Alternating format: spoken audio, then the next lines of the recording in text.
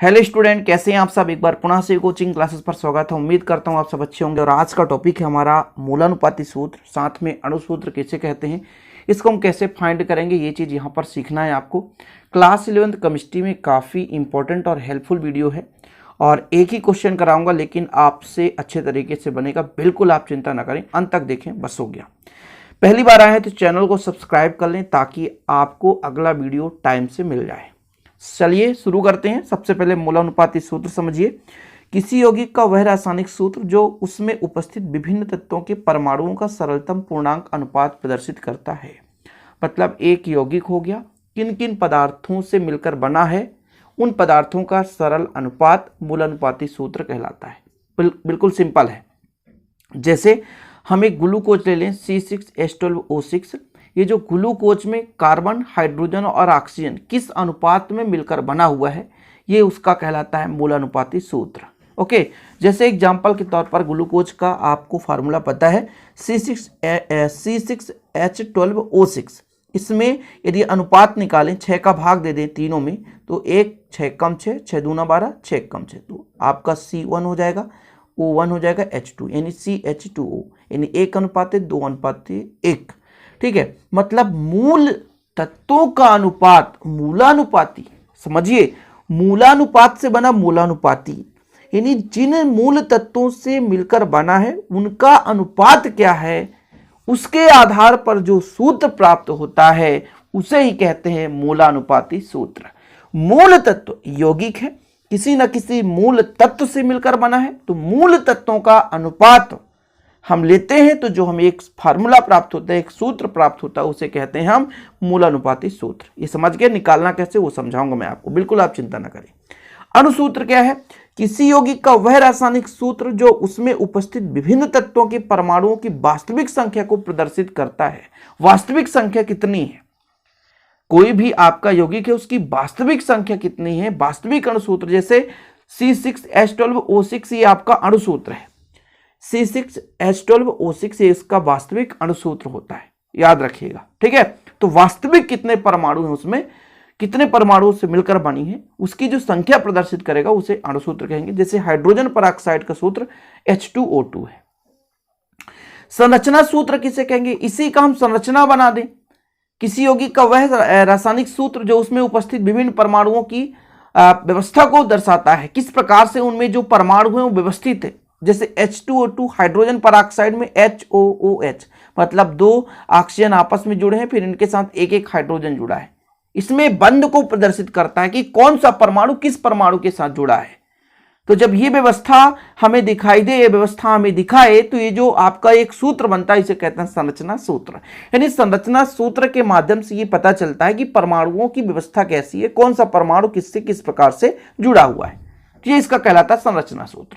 तो जो अणुसूत्र होता है वास्तविक सूत्र होगा, जो आपका मूलानुपाती सूत्र है एक सरल अनुपात होगा, जो संरचना सूत्र है वो किसी भी यौगिक का मूल व्यवस्था को प्रदर्शित करेगा। ये हो गया आपका मुख्य रूप से। आप लोग स्क्रीनशॉट ले सकते हैं, लिखना चाहे तो लिख सकते हैं, क्योंकि आप विधिवत पढ़ाई करते हैं तो आपको नोट्स तो बनाना जरूरी होता है, तो नोट्स आप प्रॉपर रूप से बनाना सीखें। चलिए, अणुसूत्र का आप लिख सकते हैं प्यारे बच्चों। इसी प्रकार से आप संरचना सूत्र का भी आप परिभाषा लिख लें, साथ में एग्जाम्पल लिख लें।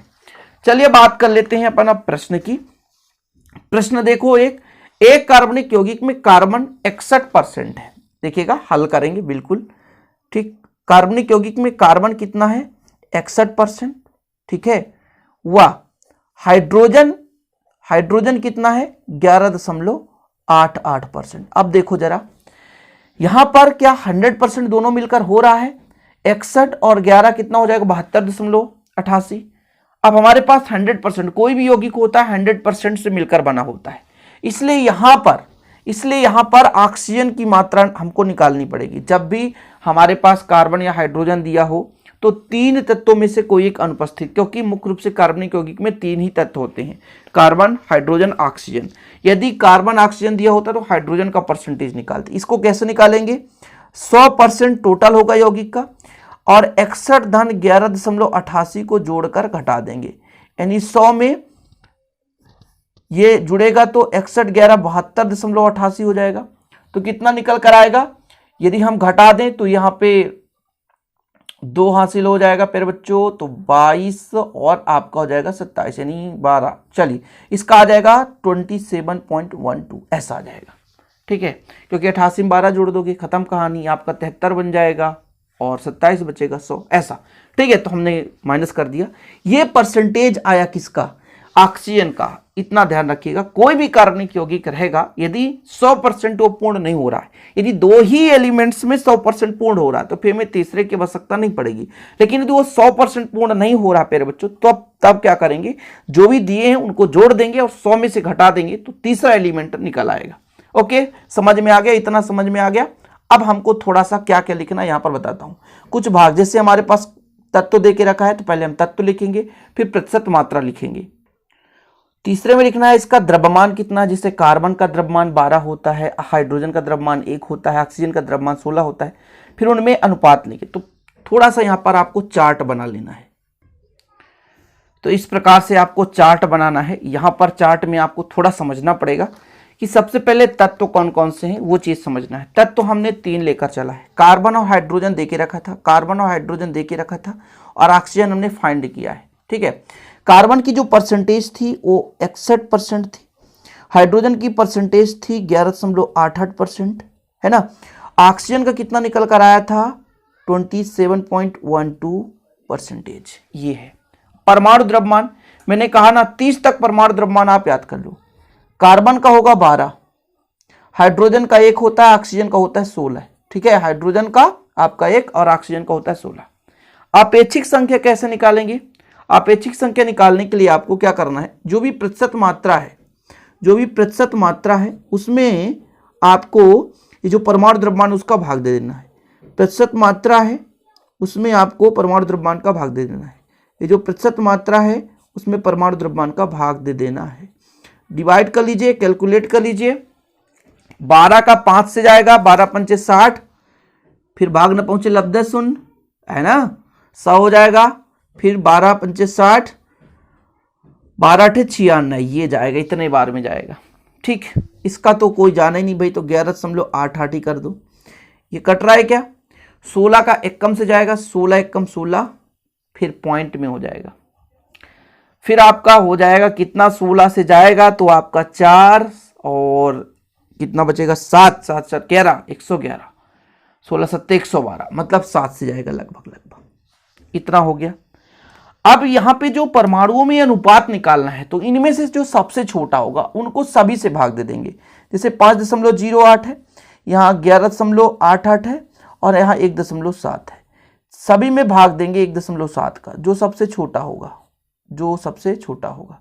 चलो देखो कितना आ रहा है, कितना आ रहा है लगभग लगभग बताओ। ये तिक्के 17 तिया 51, तो लगभग तिक्के से जाएगा, है ना। और ये आपका कितना हो जाए, 17 का पहाड़ा पढ़ो कि मान लो 118 से ज्यादा ना हो, 17 7 119, 7 से जा रहा है लगभग लगभग, है ना। और ये 1 से जा रहा है, मतलब 3 7 1, ये आपका आ गया। इसको फिर हम चार्ट बंद कर देंगे। ये आपका कंप्लीट। यहां तक यदि आपको समझ में आ गया ना तो अब सब कुछ बन जाएगा। क्यों? क्योंकि मूलानुपाती सूत्र तो बस अब एक ही लाइन है आगे, मूलानुपाती सूत्र आ ही गया आपका। यहां पे मैं आपको बता दूं, मूलानुपाती सूत्र कुछ नहीं है। मूलानुपाती सूत्र देखो जरा, कार्बन की संख्या कितनी है 3, हाइड्रोजन की संख्या 7 और ऑक्सीजन की संख्या 1 लिखने की जरूरत नहीं है। मूलानुपाती सूत्र आ गया, कितना सिंपल है। ये मूलानुपाती सूत्र निकला है। अभी हम अणु सूत्र निकालेंगे। अणु सूत्र के लिए क्या निकालेंगे, हमारे पास जो मूलानुपाती सूत्र है इसका द्रव्यमान निकालो। चलो निकालो, मूलानुपाती सूत्र द्रव्यमान, सूत्र द्रव्यमान।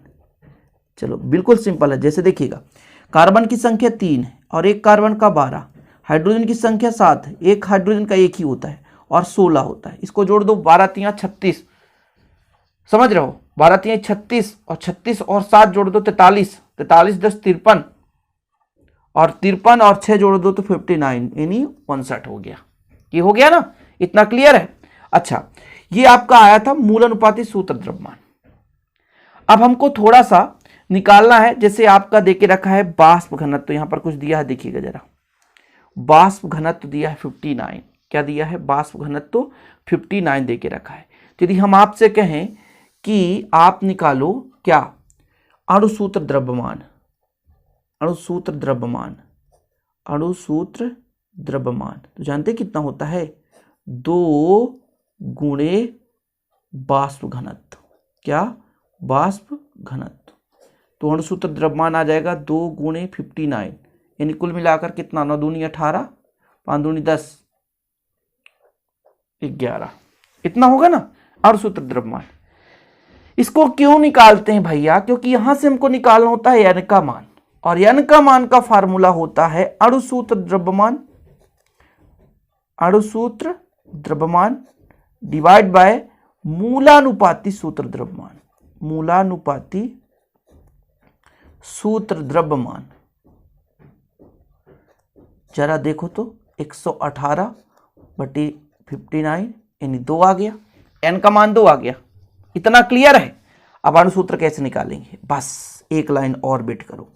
अणुसूत्र, अणुसूत्र का होता है फार्मूला, जितना भी आपका मूलानुपाती सूत्र हो, जैसे मूलानुपाती C3H7 और O है, इसमें होल n कर दो। n का मतलब यहाँ पे 2 है, तो एक काम करो C3H7O का होल ट्वाइस। जब इसका कैलकुलेट करोगे 3 दूना 6, 7 दूना 14 और ऑक्सीजन का 2, ये आपका अणुसूत्र आ गया। बस इतना ही अणुसूत्र। देखो मूलानुपाती सूत्र तो यहां तक आप सिंपल कर लोगे, फिर मूलानुपाती सूत्र का द्रव्यमान निकाल लोगे। अणुसूत्र द्रव्यमान देके रखा है, नहीं तो फिर बाष्प घनत्व 2 में 1 देके रखेगा क्वेश्चन में। अणुसूत्र द्रव्यमान दिया रहेगा या तो बाष्प घनत्व दिया रहेगा। बाष्प घनत्व दिया है, 2 का मल्टीप्लाई कर देना, आपका अणुसूत्र द्रव्यमान आएगा। n का मान निकाल देना, n का मान जितना भी है अणुसूत्र द्रव्यमान बटे मूलानुपाती सूत्र, और जितना भी मान आए तो मूलानुपाती सूत्र में गुणा कर देना, अणुसूत्र आ जाएगा। अणुसूत्र आ जाएगा। लो भैया स्क्रीनशॉट ले लो, और यदि आप चाहेंगे तो आप कमेंट बॉक्स में कमेंट करिएगा, आपके डिमांड पर आपके लिए वीडियो जरूर लाऊंगा। वीडियो पसंद आए तो लाइक करना ना भूलें, शेयर करें। मिलते हैं अगली वीडियो के साथ। जय हिंद, वंदे मातरम।